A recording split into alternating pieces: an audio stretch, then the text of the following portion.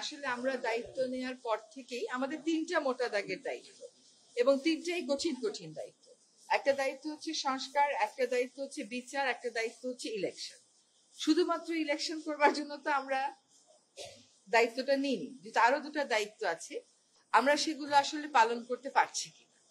আমরা দায়িত্ব নেওয়ার পর থেকে যার যত রকম দাবি আছে সব দাবি নিয়ে তারা রাস্তায় বসে যাচ্ছে, রাস্তা আটকে দিচ্ছে, একদম ঢাকা শহর অচল হয়ে পড়ছে।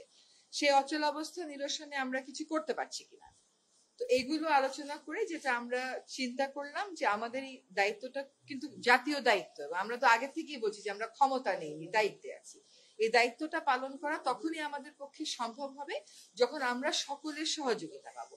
প্রত্যাশার বিষয়টা এক, আর দায়িত্বটা আসলে পালন করতে পারার বিষয়টা এক। প্রত্যাশা অনেকই থাকতে পারে, কিন্তু আমার তো একটা এনাবলিং এনভায়রনমেন্ট থাকতে হবে এই প্রত্যাশাটা পূরণ করার জন্য। তো আমরা চিন্তা করেছি যে আসলে আমরা পারছি কিনা, এই যে প্রতিবন্ধকতাগুলো হচ্ছে আমাদের এই বড় দাগের 3টা দায়িত্ব পালন করার জন্য, এই প্রতিবন্ধকতাগুলোকে আমরা কিভাবে মোকাবেলা করব, আদৌ মোকাবেলা করতে পারবো কিনা, যদি মোকাবেলা করতে পারি কিভাবে করব, যদি মোকাবেলা করতে না পারি তাহলে আমাদের কি করণীয় হবে, আমরা সকলে মিলে এটা চিন্তা করছি।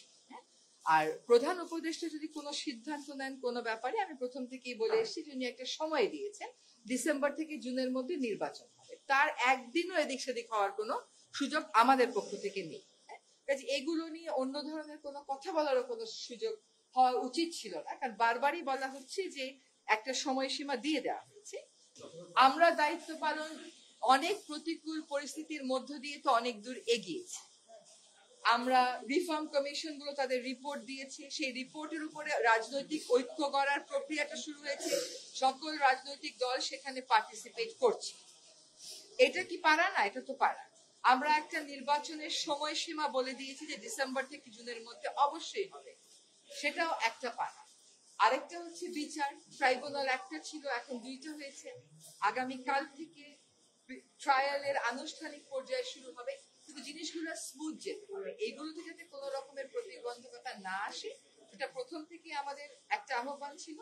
এখন এই কাজগুলো আমরা সঠিক প্রক্রিয়াতে শেষ করতে চাই সকলের সহযোগিতা।